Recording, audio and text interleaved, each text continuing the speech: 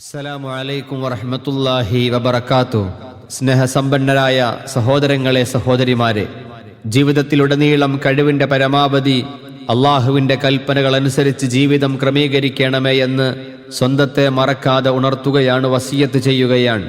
വിശുദ്ധ ഖുർആനിൻ്റെ 2-ാം അധ്യായം സൂറത്തുൽ ബഖറയുടെ 21-ാം വചനത്തിൽ യാ അയ്യുഹന്നാസു ഉഅ്ബുദൂ റബ്ബക്കുമുല്ലദീ ഖലഖക്കും വല്ലദീന മിൻ ഖബ്ലിക്കും ലഅല്ലക്കും തത്തഖൂൻ, ജനങ്ങളെ, നിങ്ങളെയും നിങ്ങളുടെ മുൻഗാമികളെയും സൃഷ്ടിച്ച നിങ്ങളുടെ നാഥനെ നിങ്ങൾ ആരാധിക്കുവിൻ, നിങ്ങൾ ദോഷബാധയെ സൂക്ഷിച്ച് ജീവിക്കുവാൻ വേണ്ടിയത്രേ അത് എന്ന കാര്യം നമ്മെ ഉണർത്തുന്നു.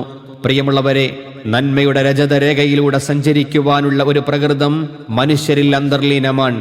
യുക്തിപൂർണനായ സ്രഷ്ടാവ് മനുഷ്യരിൽ ഉണ്ടാക്കിയ ഒരു സംവിധാനമാണിത്.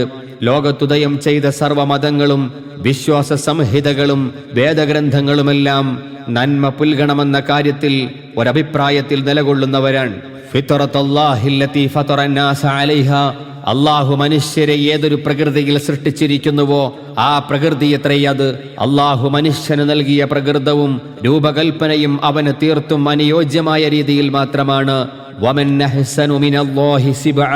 അള്ളാഹുവേക്കാൾ നന്നായി വർണ്ണം നൽകുന്നവർ ആരുണ്ട്?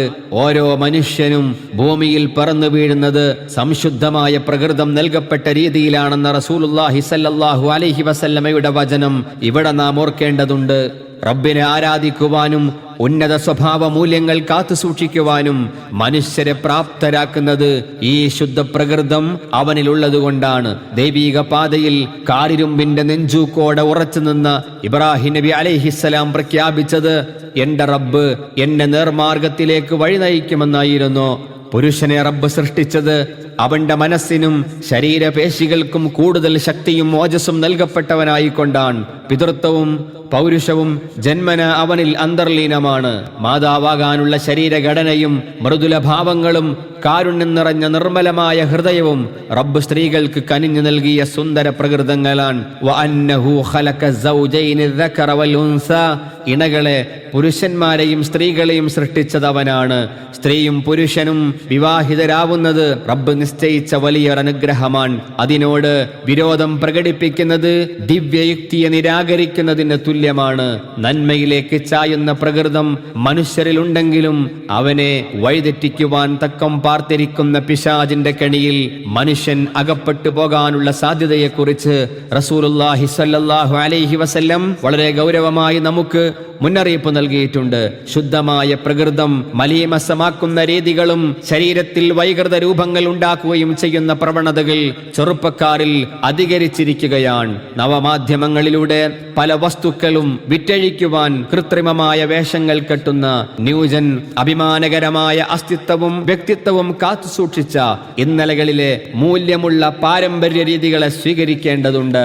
വിശ്വാസിയുടെ മുടിയുടെ രൂപവും വസ്ത്രധാരണത്തിന്റെ ശൈലിയുമെല്ലാം പ്രവാചകൻ സ്വല്ലല്ലാഹു അലൈഹി വസല്ലം പഠിപ്പിച്ച ശുദ്ധ പ്രകൃതിയോട് ഇണങ്ങുന്ന രീതിയിലായിരിക്കണം. ആളുകൾ നന്മ ചെയ്യുമ്പോൾ നമ്മളും നന്മ ചെയ്യും, ആളുകൾ തിന്മ ചെയ്യുമ്പോൾ നമ്മളും തിന്മ ചെയ്യുമെന്ന സമീപനം വിശ്വാസി സ്വീകരിക്കുവാൻ പാടില്ല.